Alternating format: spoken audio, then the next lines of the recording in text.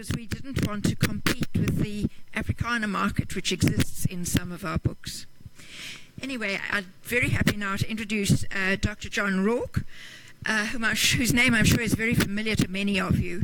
He was formerly curator of the Compton Herbarium at Kirstenbosch for over 30 years, until his retirement in 2003.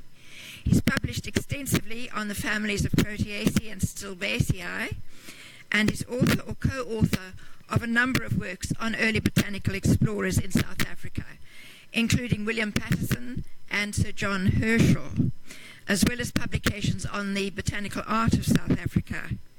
He's Fellow of the Royal Society of South Africa and the only South African botanist to have been elected a foreign member of the Linnaean Society in London, which is a rare distinction since this is limited to 25 people. And Dr. Rourke was also formerly president of the Botanical Society of South Africa. So thank you very much and welcome.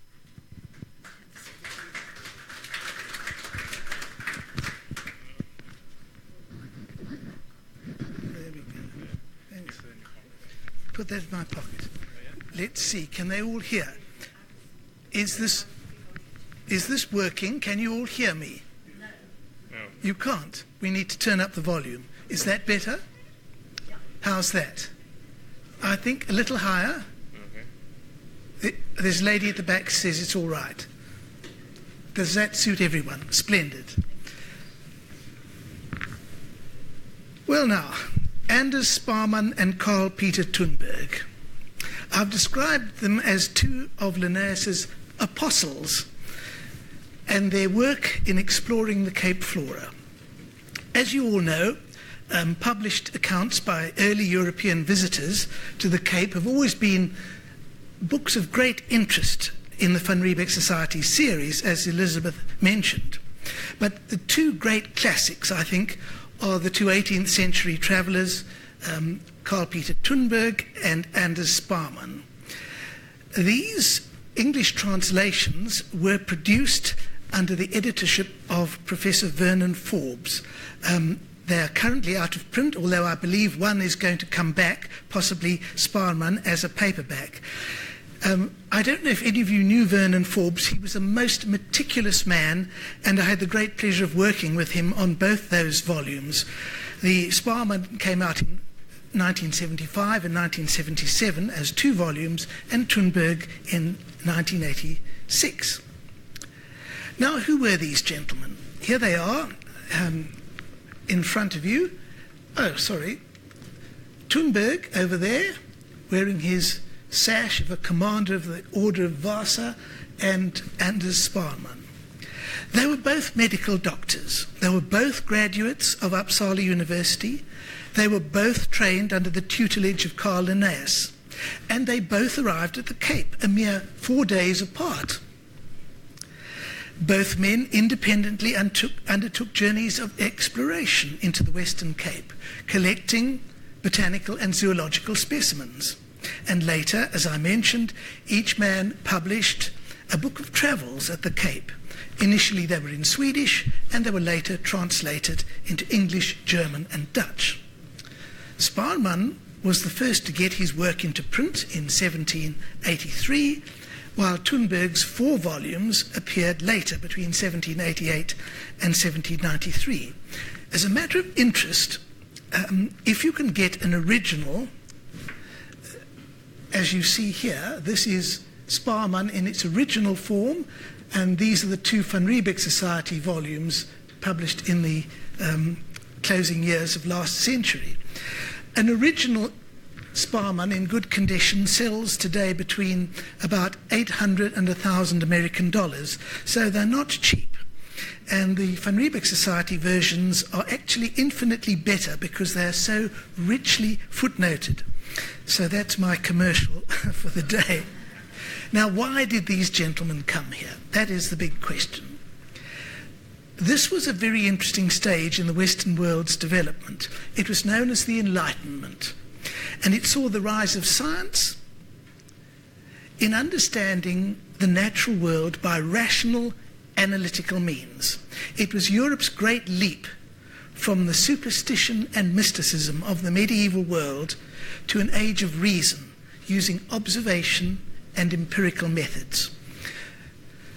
Subjects like philosophy, chemistry, physics, astronomy, biology, and indeed medicine were all in a state of great intellectual ferment at the time. And from a botanical point of view, intent on understanding as much as he possibly could gain access to was the leading figure in this field, a Swede called Carl Linnaeus, who since 1741 had occupied the chair of medicine and botany at Uppsala in Sweden. Extraordinary, they were always professors of medicine and botany. They hadn't separated them at that stage.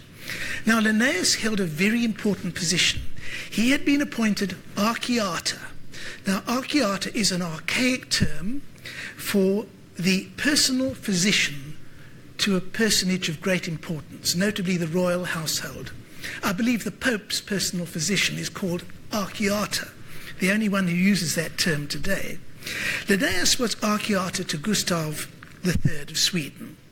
It was a lucrative post, and it required his attention at all times.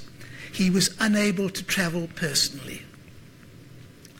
And unable to travel himself, he encouraged his young, able-bodied graduate students to get out and explore the remote corners of the world, while he remained in Uppsala in Sweden, almost spider-like at the center of this great web, gathering in the booty that his apostles, as he called these adventurous young men, sent back to Sweden.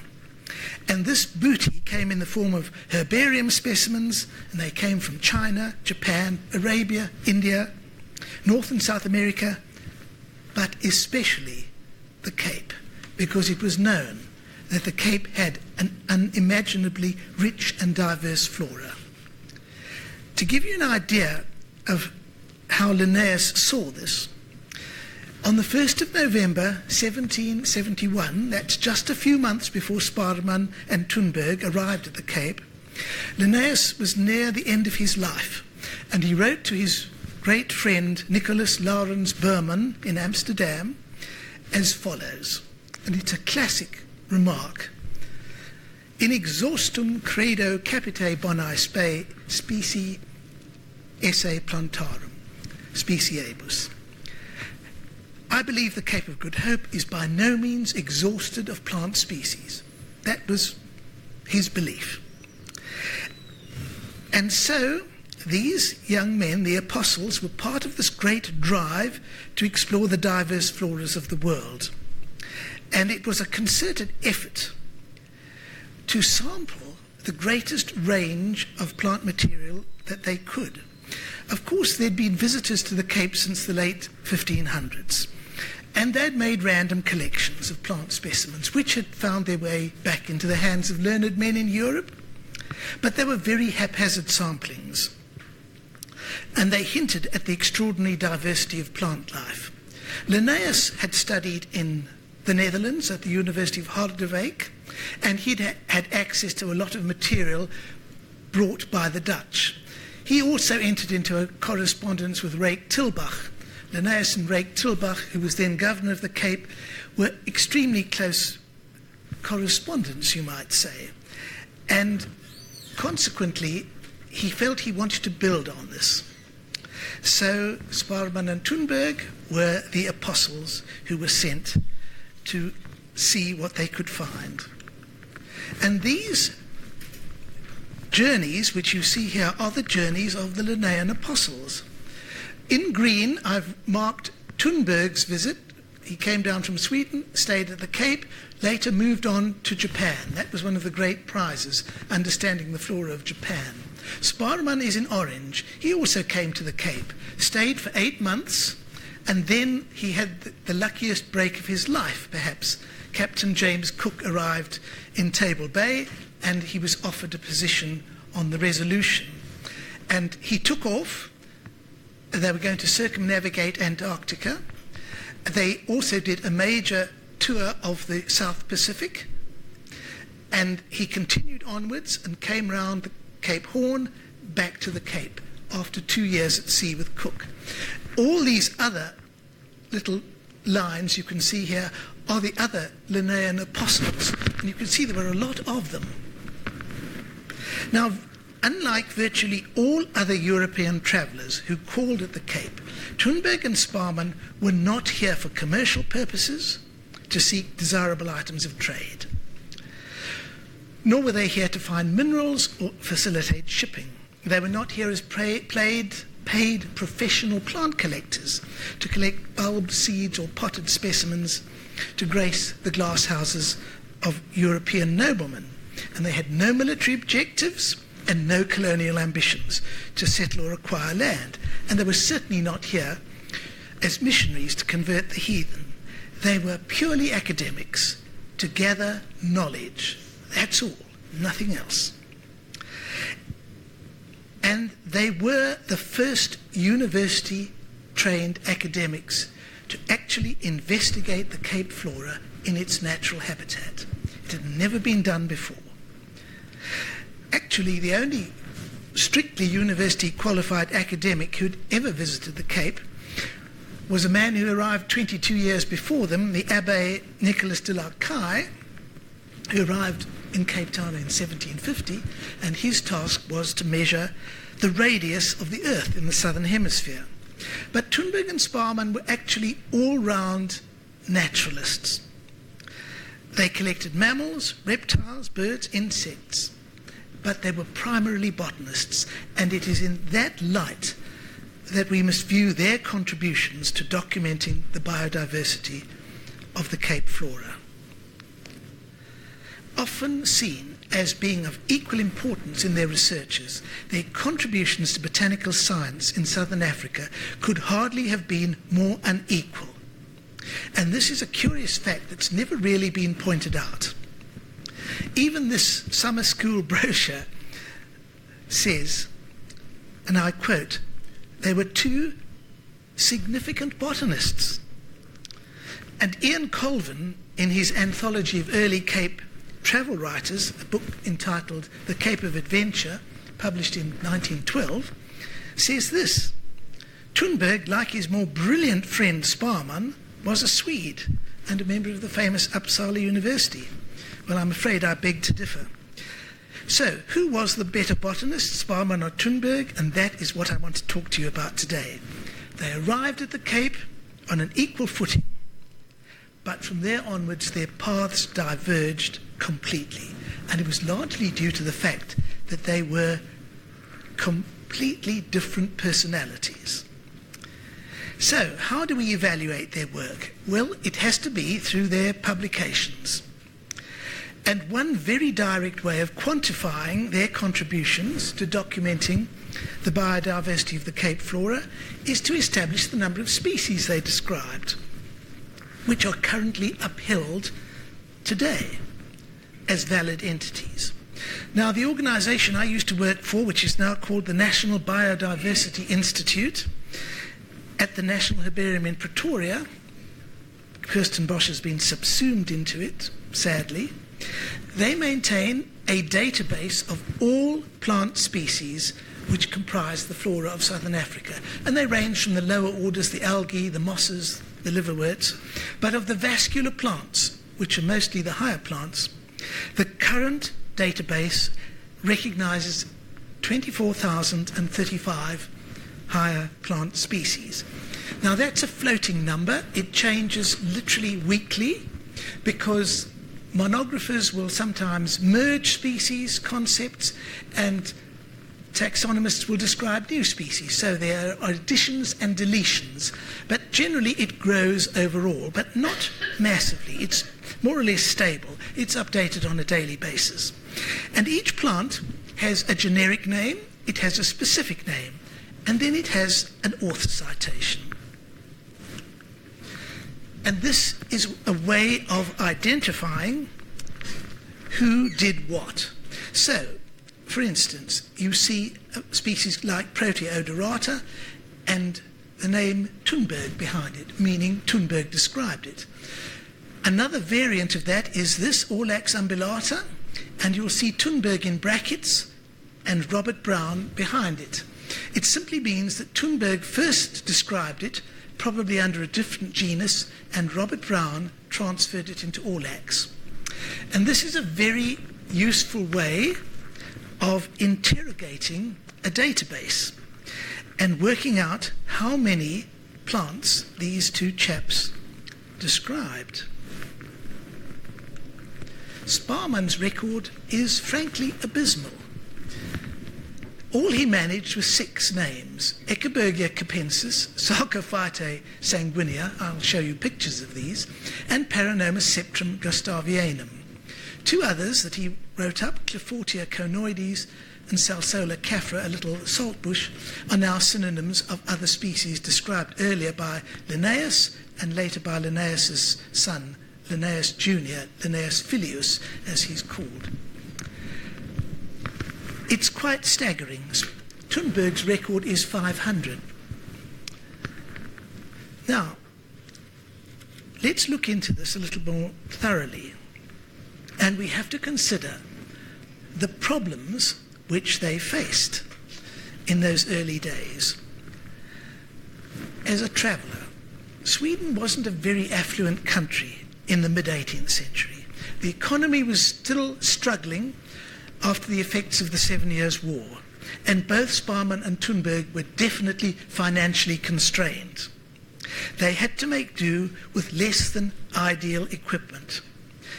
And on returning to Cape Town from his 2-year voyage with Cook, about which I'll tell you a lot more in a minute, Sparrman had to spend the winter of 1775 practicing physic, as he called it, and surgery, in other words, medicine and surgery, to generate enough income to finance his travels to the Eastern Cape. And after that, he was able to purchase what he called, and I quote his very words, an ordinary nag and a new baggage wagon for 36 Rix dollars. Thunberg, who set off on his travels 2 years earlier than Sparrman, was similarly equipped. And I quote, a saddle horse, a cart covered with a sailcloth, like a baggage wagon, and 3 yoke of oxen, by which it was to be drawn throughout the whole journey. Now, this is an illustration of a typical sort of wagon of the day. And you'll notice that is a very well-constructed wagon, and it has 4 yoke of oxen, which was considered the bare minimum. Thunberg could only afford 3, so it didn't have much pulling power. And we know more about this dreadful wagon that Thunberg had to put up with, and he said it virtually disintegrated by the time he got to Swellerdam. He said, we had to repair our wretched carriage, a cart so small, so old and crazy that probably nobody, either before or after us, can boast of having made in such a vehicle so long and dangerous a journey into this mountainous country. So that's the sort of ramshackle old rattletrap that Thunberg had to put up with, which fell apart. Times were pretty tough in those days. However, there was a distinct envy factor that came into all this, because at the same time there was, working at the Cape, a man called Francis Masson. He was Sir Joseph Banks's seed collector for the Royal Gardens at Kew in London, and Masson accompanied Thunberg on 2 of his 3 expeditions. Masson was very much better equipped and was a source of considerable envy on Thunberg's part. Although he was dismissed as a mere gardener by Thunberg, Masson enjoyed the backing of King George III's financial resources. And this is what Thunberg says of his fellow traveller.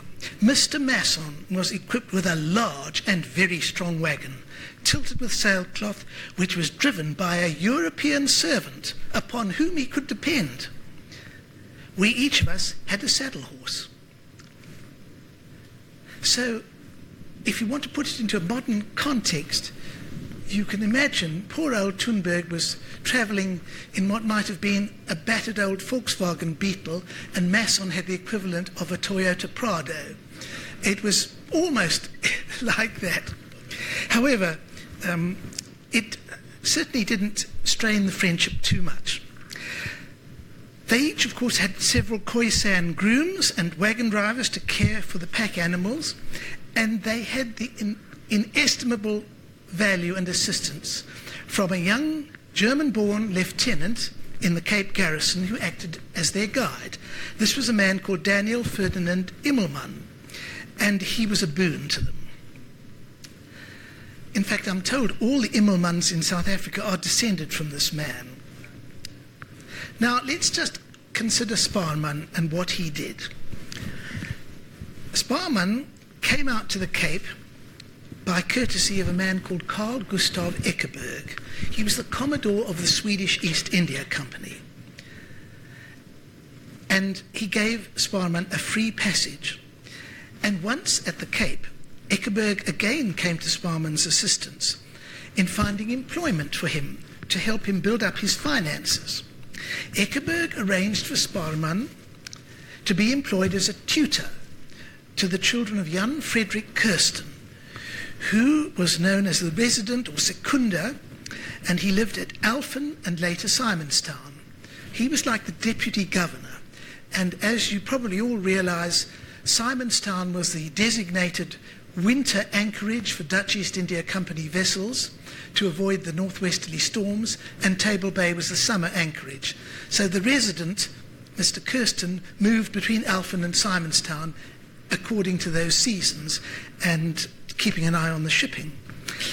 And Sparrman went with him, tutoring the children in geography, French and mathematics. And occasionally when Sparrman had a bit of time off, he practiced physics to accumulate more resources.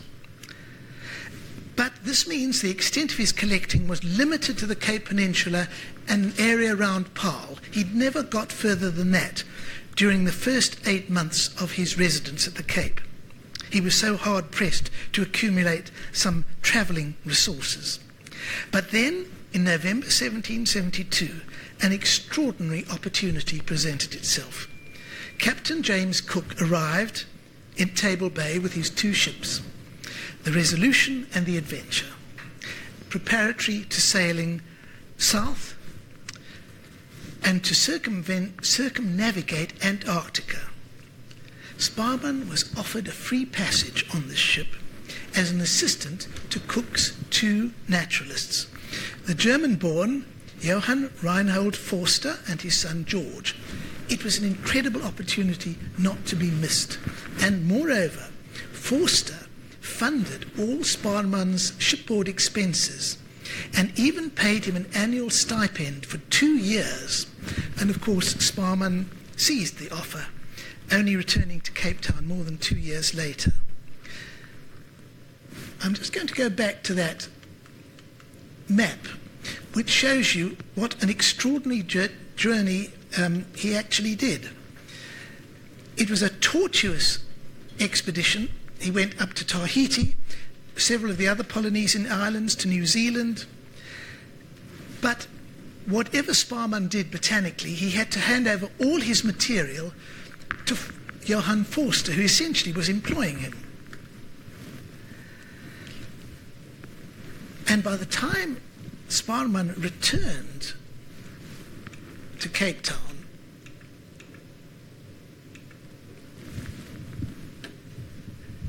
Thunberg had already completed his 3 journeys of exploration into the northwestern, the southern and the eastern Cape. And Thunberg had sailed for Japan to investigate the Japanese flora on the 2nd of March 1775. 3 weeks after Thunberg's departure, Sparrman is back after 28 months away. And it was during that trip through the Pacific and the Antarctic waters that some sort of a change comes over Sparrman. It seems that his passion for botanical research had cooled considerably.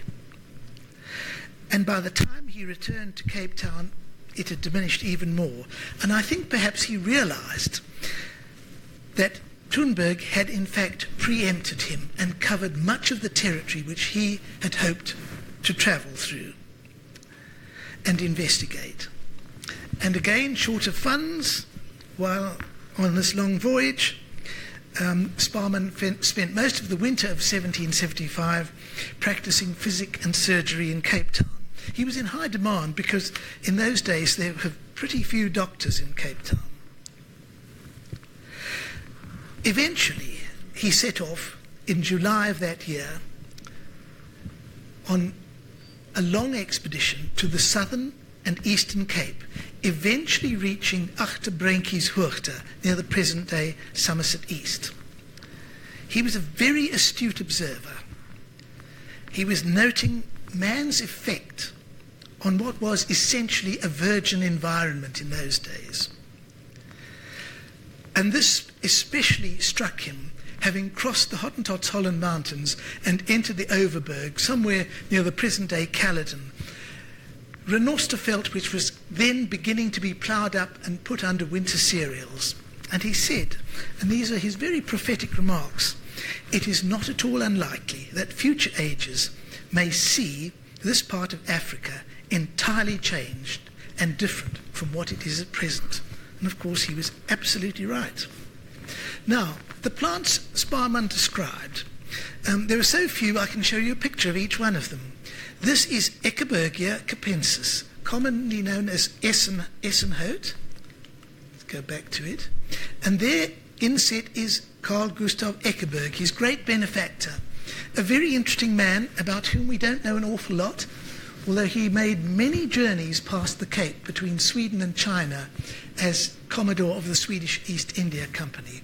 Some of you will know Eckerbergia, Essenhout, it's sometimes called. There's even a little village called Essenbos down near Corrido in the Eastern Cape. And it's rather nice to know that Eckerberg, for all his efforts, is remembered. It's one of the most commonly grown indigenous trees in suburban gardens. And when Sparrman got to Agterbrenkieshoogte, he discovered this extraordinary parasite. It belongs to a tropical family called the Balanopheraceae. It has no chlorophyll at all. It's attached to the roots of acacia trees. That's the attachment. And it has these amazing female flowers. These are the female flowers, these round knobs, and the male flowers are generally hidden in between them. And Sparrman seems to have made an effort to describe anything that was spectacular or very different. And these things, Eckerbergia sarcophyte, and the next one, Paranomus septrum gustavianum, the only three South African plants that bear his name as author, are all rather unusual. And you can see why. This is Sparrman's published illustration of what he called King Gustav's scepter, Paranomus septrum gustavianum, with its strangely dimorphic leaves, divided in the juvenile stage and completely entire in the mature stage. There you see it growing on the mountains at Betty's Bay, with its needle-like leaves at the base and these broad, thick leaves at the top.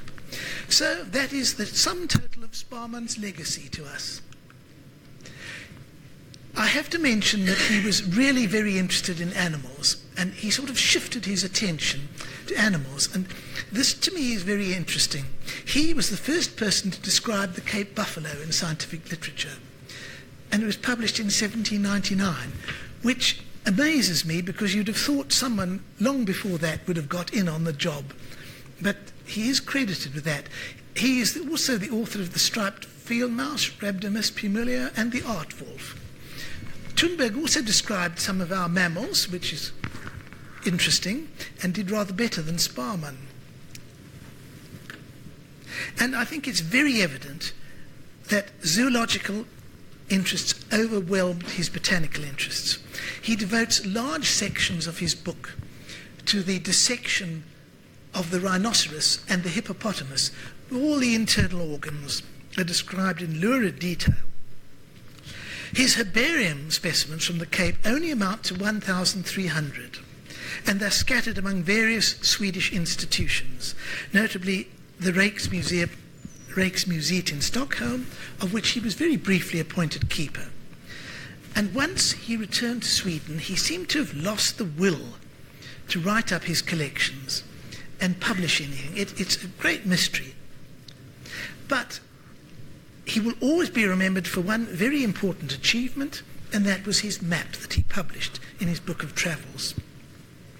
It covers the coastal districts from Cape Town to the Sundays River, and it was drawn from personal experience. It includes some 240 personally authenticated features, and the late Professor Vernon Forbes, who was an historical geographer, said, and I quote his very words, "It was a milestone in South African cartography." And here it is. It's unfortunately an almost impossible map to reproduce, but you can see it goes right up to the Eastern Cape.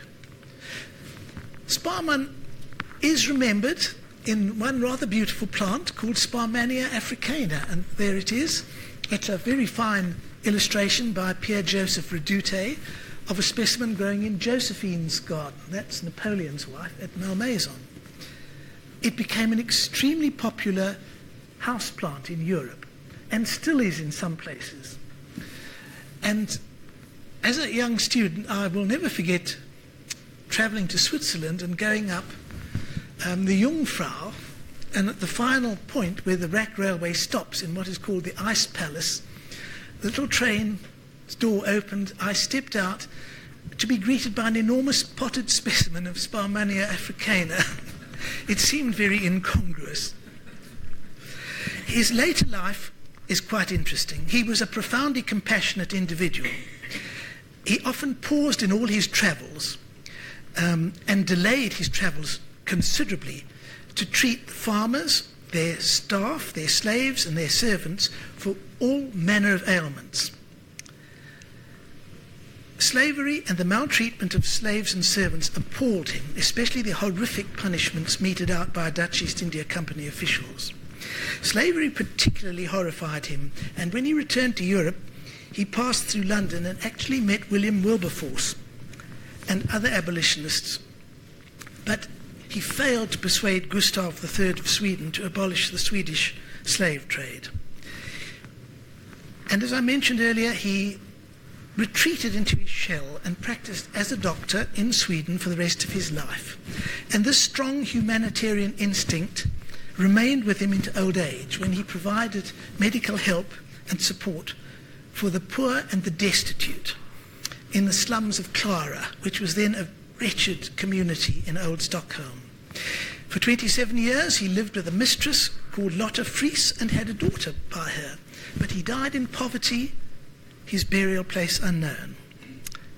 Sparrman has to sadly be recorded as the least successful of Linnaeus's apostles, but he put the well-being of his fellow men above the competitive striving for excellence in science. He effectively opted out of the rat race.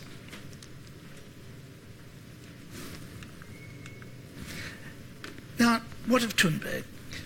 Thunberg managed to get to the Cape through his Dutch connections, and he was appointed ship's surgeon on a Dutch East India Company vessel, the Schoonzucht, which paid for his travelling costs, and he was financed by a small bursary from the Swedish government. His prime object was to make a collection, an extensive collection of herbarium specimens, press-dried material which could be examined, dissected and written up in a variety of publications on his return to Sweden.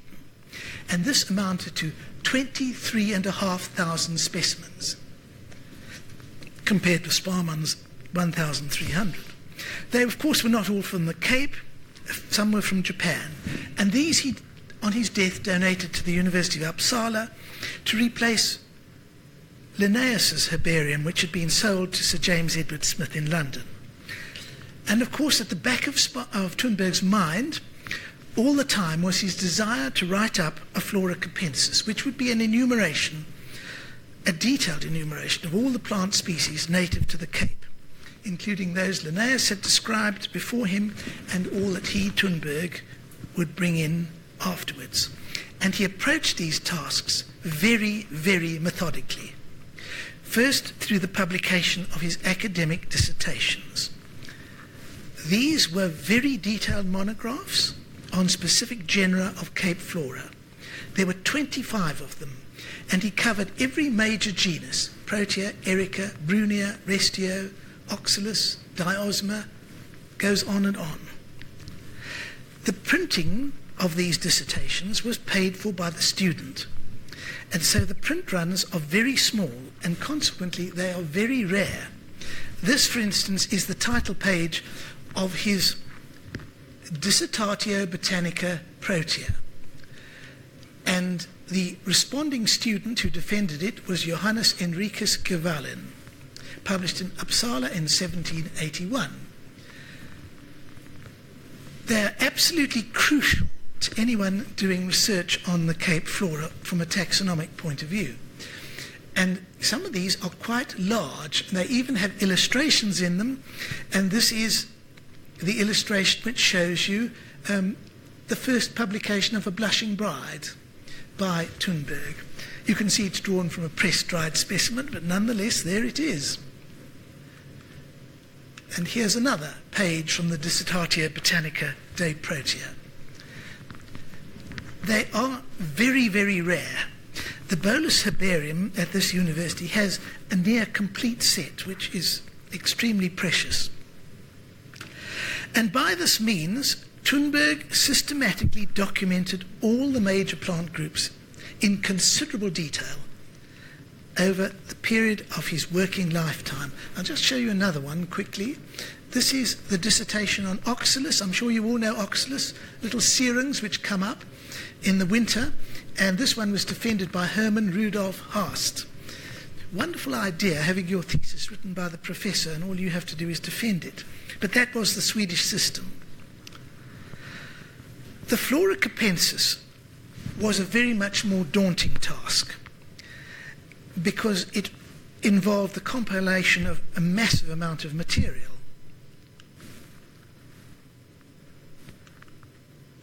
Before I go on to that, just let me show you the figures that Thunberg is credited with. I mentioned that Sparrman only ends up with 3 species. Linnaeus, who got in early, described 1,300, of which we recognise 750 today, and Thunberg described 719.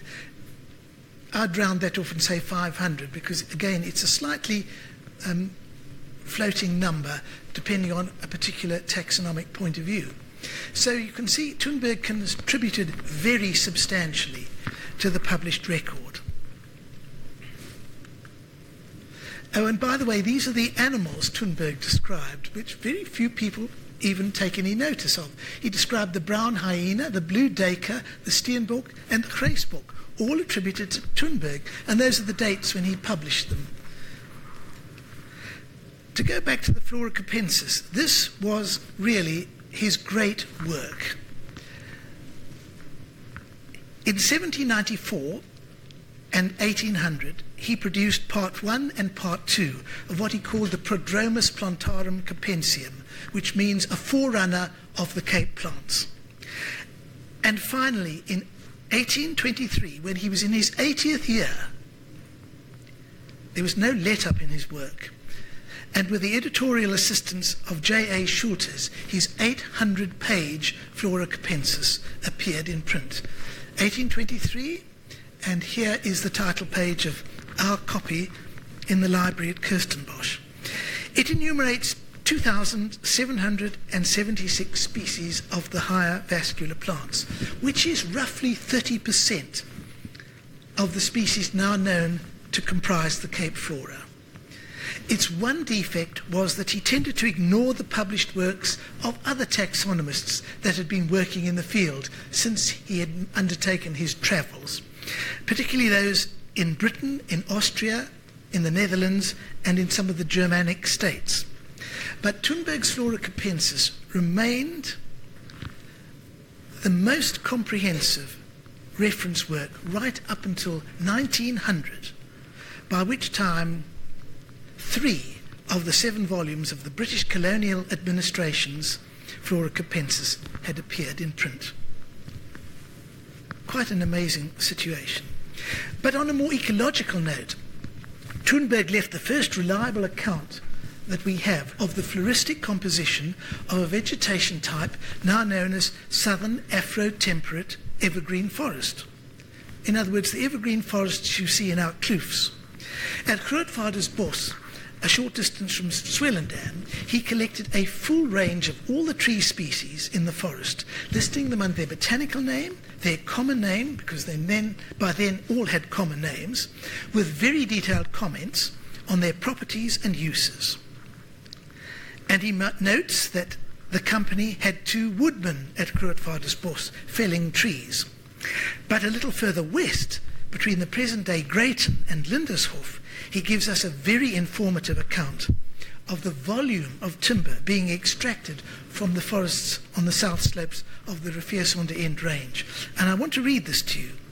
He says, "We arrived at the company's post, near Soetmelk's Valley, where 24 men and a sergeant are kept for the sole purpose of felling timber in the adjacent woods. From this place, the company receives the greatest part of its timber, of which 3 large wagon loads are sent every month to the Cape." Quite a lot of timber. And these are the only quantified records we have dealing with the extent of the exploitation of timber from these relic patches of indigenous forests. Thunberg makes it very clear that by this time, which is roughly 120 years after van Riebeeck's arrival, the company was having to look far beyond the Cape Peninsula for new wood supplies, as most of the exploitable timber had already been removed from Newlands, Kirstenbosch and Hout Bay. And then there's another tack to Thunberg. It's understandable that as a medical doctor, he was especially interested in the plants used as traditional medicines by the Khoisan and the early settlers. And here he documented the pharmacological properties of well over 100 fynbos species. While approaching the Goerits River, which is in the district of Albertinia. Oh, by the way, that is the text of the Flora Capensis. You can see it's been opened, one of the pages, showing how tightly written the pages are. While approaching the Goerits River, he arrived at the farm of one Petrus Johannes de Witt, and there he witnessed the collection and preparation of aloe gum from Aloe ferox, the species which you see there, a common species in the area.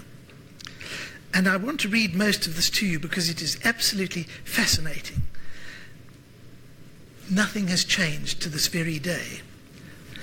I observed everywhere the slaves busy tapping and preparing aloe sap, the virtues of which in medicine are well known. The mode of preparation is quite plain and simple. It consists of tapping or drawing off the juice and boiling it. A leaf is first cut off and laid on the bare ground to serve as a channel upon which several other cut leaves are placed. The juice drips into the hollow. In this manner, several heaps of leaves are laid one on top of the other. When the juice ceases running, it is poured into calabashes. The greatest quantity of juice that can be collected in one day amounts to 1 calabash or small pail by one person. The juice is afterwards boiled down at home in English iron pots imported for the purpose. All the impurities that swim to the top of the liquor are skimmed off in the boiling. The juice thus boiled down to 1/2 is then poured out into wooden boxes into which it grows hard into a solid gum. Each box weighs from 3 to 5 hundredweight, which is about 110 pounds or 51 kilograms. And each pound is sold to foreign nations for 4 or 5 Dutch stavers. Mr. de Witt is said to have the exclusive privilege of delivering it at a certain price to the company. So you see they had a certain degree of capture even in those days.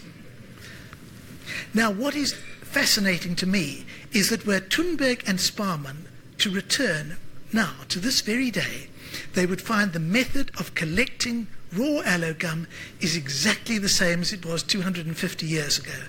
Only the purification has been refined. Now, these pictures were taken on the farm of Irma and Mias Kemp, just west of Albertinia. This is the leaf of Aloe ferox oozing juice. That is a lump of solidified gum. And what happens is a piece of plastic is laid in a little cavity on the ground. In Thunberg's and Sparrman's day, it would have been leather, and a little pile of leaves with a cut surface pointing inwards is arranged around it until it's built up into a pile, and eventually, after some weeks, the juice is collected. That's what the poor old aloe plant looks like when the leaf strippers have been at it. But at the end, all you're left with is a patch of dead leaves around a little hole in the ground. But what Thunberg would have found utterly fascinating is that today there are 2 aloe factories at Albertinia, and if you walk into them, you see an array of aloe products which stretches the length and breadth of both stores. There must be 200 or 300 different preparations. In Thunberg's day, the gum was used as a purgative and to treat skin complaints. It's still used for skin complaints to this very day. So I really think it's absolutely fascinating to see that Thunberg left us with such a clear description of this activity, which continues up to the present time. Somehow it's slightly reassuring that some things haven't changed in this crazy world. Now, limitations to Thunberg's exploration. Yes, there were limits to Thunberg's and Sparrman's abilities to sample the plant life of the Cape. And this was largely due to the inaccessibility of the terrain. It's something we have to understand. While most of the botanically important areas were beyond their reach, such as the upper slopes of the mountains, like the Riviersonderend, the Langeberg and the Outeniqua range, they didn't realize that that was where the greatest richness and diversity of plant species occurred. They were almost entirely focused on the lowlands. And so physically, beyond their reach, these mountains were unfortunately ignored by them. One must appreciate that 120 years had passed, that's all, since the settlement in Table Valley. And wagon tracks were very ill-defined. Roads effectively non-existent, and mountain passes totally non-existent. Even skirting the foothills of these ranges was a huge physical effort. Now, what of Thunberg's character? Thunberg's travels are not somehow as popular as Sparrman's, largely due to the fact they are written in a terse, unemotional, factual, completely unadorned style, unlike the more discursive, entertaining, slightly romantic style of Sparrman's. Thunberg had no literary pretensions. He was a scientist, he reported facts, and he was a very focused researcher. In 1783, back in Sweden, he was appointed to the chair held by Linnaeus, which allowed him to work up his collections and produce a stream of publications on the Cape and Japanese floras, over 200 of them during his lifetime. Thunberg also served 4 terms as Vice-Chancellor of the University of Uppsala. He was very active in academic life and apparently very popular with students. The king made Thunberg a Knight of the Order of Vasa, which was a very rare honour for an academic, and later elevated him to the rank of Commander of the Order of Vasa. Although Thunberg was never especially well off, he was very generous to his friends, relatives and servants, and always looked after their needs. His marriage to Brigitta Ruder was childless, but the couple later adopted 2 young relatives, a son and a daughter. In old age, Thunberg became stone deaf, and eschewing modern fashion, he favoured very outmoded dress, as well as travelling in a very antique and ramshackle carriage that conveyed him from home to the university. This caused much mirth amongst the students, who nicknamed it Scholarroman, my Swedish pronunciation is not very good. It simply means the old rattlesnake. So in the end, how did Sparrman and Thunberg shape up as Linnaean apostles? Thunberg got a plant named after him, just as Sparrman did, by the way. This is Thunbergia alata, one of the South African species of this big pan-tropical genus, Thunbergia, named by Anders Retzius, who was professor of anatomy, professor of human anatomy at Stockholm, and was a friend of Thunberg's. Yes, so how did Sparrman and Thunberg shape up as Linnaean apostles? As I mentioned earlier, Sparrman's record is really abysmal, considering the opportunities for original discovery and research that presented themselves in South Africa and the Pacific. One of his biographers, Per Wastberg, has very aptly remarked of Sparrman, and I'll quote his very words: "The traveller in the cause of the Enlightenment became a mystic who seemed to prefer his role as an outsider. Thunberg, on the other hand, became a pillar of the Swedish establishment, remained focused on his botanical research, and through his prodigious publications laid the foundations of taxonomic research on the Cape flora, continuing to publish right up until the end of his comparatively long life at 85. He was blessed with a very positive, outgoing personality, and he had no doubts about his own achievements. In the introduction to his Flora Capensis, describing his experiences at the Cape, he rather shamelessly tells us, and this is, the original is in Latin, so I'll give you a translation of it. "I met the dangers of life.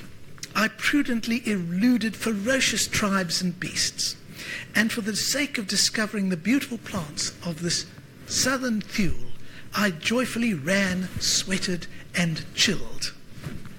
Thunberg on himself. So, there you have these two different characters who came to our shores. Both very different. And as to which of these two adventurers was the more attractive, well, I leave that to you to decide. That's it.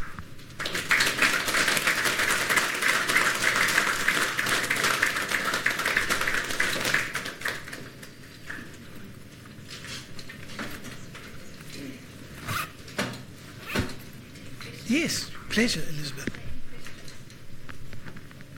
What was their relationship between each other? They were very good friends, strangely enough. And Sparrman always deferred to Thunberg, but they remained amiable friends. There was no friction. It's quite interesting. But Sparrman always said, "My esteemed colleague, Professor Thunberg." He's always addressed in that way when Sparrman refers to him in print. No, there was no animosity between the two of them. And how did they know which the other one had discovered? I mean, they overlapped and named Well, the same thing. Well, as you see, Sparrman only described 3 species, so there wasn't an awful lot of potential overlapping. But certainly Thunberg overlapped with some of the things Linnaeus described, which is why those figures on that chart look a little bit curious. But the reality is that Sparrman could have done much, much more, but he just lost the will to do it, and we don't quite know why. He retreated into his shell. As Wastberg said, he became a mystic and an outsider. Elizabeth. If Linnaeus wasn't able to travel, how did he get the specimens that he describes? Who sent them to him? Yes, that's a good question. Linnaeus studied medicine in Sweden, but he wanted to take a doctorate in medicine at a prestigious university. And to do that, he had to go to the Netherlands. To come away back to Sweden with a Dutch medical degree carried huge kudos. And so Linnaeus spent a long time in the Netherlands, and he took his degree at the University of Harderwijk. There he met a very important man, Professor Johannes Burman, who was Professor of Medicine and Botany in Amsterdam. And Burman was receiving a lot of plant material from the Cape, which he allowed Linnaeus to work on. And having graduated, Linnaeus was then employed by an extremely wealthy man, a chap called George Clifford, who was of Anglo-Dutch descent. He was one of the directors of the Dutch East India Company, and he was also a banker. And he had an incredible private collection of material and living plants, which he cultivated. I'm trying to think of the name of his residence. It'll come to me in a moment. And he employed Linnaeus to write up an account of this material, and it's published in an enormous volume. It's called the Hortus Cliffortianus. Clifford paid for it entirely, and that really got Linnaeus interested in Cape flora. And when he went back to Sweden, he'd had this huge exposure to all this material in the Netherlands, and he then entered into this correspondence with Riebeeck Tilbach, who was then governor at the Cape. And Tilbach used the master gardener at the Cape, a man called Johannes Andreas Auge, A-U-G-E, to collect everything possible, to have it pressed and dried, and it was shipped out to Linnaeus in Sweden. So he had those three sources to work on, and he didn't want to give up his position as archiata to the king. It was too lucrative. Otherwise, he would have come. He had many offers, but he decided that this was just too good. Question at the back. Thank you very much for an interesting presentation. I deep interest in the history of the writing of languages. Sorry, the history of? Writing Yes. languages. Yes. And specifically in my case, African languages. Yes. Sparrman does appear in what I read, specifically in the writing of Xhosa. But his list, it's people who write about it say he wrote only 12 words, and there's nothing as evidence of that. My question mostly is how much of what they wrote, Sparrman, in describing his language, the fauna and animals, how much of it, or is there any indication of whether the names grew from the naming systems of the Khoi or the indigenous population? Because Godfrey and Croft, who write Xhosa lexicographic material, do make reference to them, but they don't talk about the actual words. Have you actually looked at a copy of Sparrman's book? I don't have a copy. You don't have? I'm a botanist. I'm a linguist. No, okay. Because one of the things that Sparrman did, and it's one of the things one could have commented on here, but I was trying to focus on the plants, is that he actually provides a list of words, whether they were Xhosa or Khoisan, I actually can't remember. He's got a sort of small dictionary, there are about 3 or 4 pages, where he lists all these names, what they called a spear, what they called this tree, what they called that plant or that animal, what they called a nose or an ear or a face. These are all recorded. How accurate they are in terms of modern usage, I don't know. But it's certainly worth your while getting hold of a copy of Sparrman's book, because there is that dictionary, and there are very few of the early travellers that actually recorded phonetically, and they would have written them down entirely phonetically, the words used by the indigenous people who they encountered, and they were very interested in this. Sparrman, well, you can buy a copy from the Riebeeck Society. Yes, yes. I think, Howard, you said that Sparrman's book has now been reprinted a second time. There's a copy at Bay Books. There you are. Turn to the very back of the book. There are 2 volumes. I don't know if they've been combined into one now, but you will certainly find a list of, let's call them vernacular indigenous names for a whole lot of different parts of the human body and of the animals and plants. I think you'll find it very interesting. Sparrman actually made quite extensive ethnographic collections, such as arrows, spears, items of clothing, the sort of vessels that they carried snuff and various other products around in. These are all now in the possession of the Swedish Academy of Science. And of course they're terribly precious because they hadn't been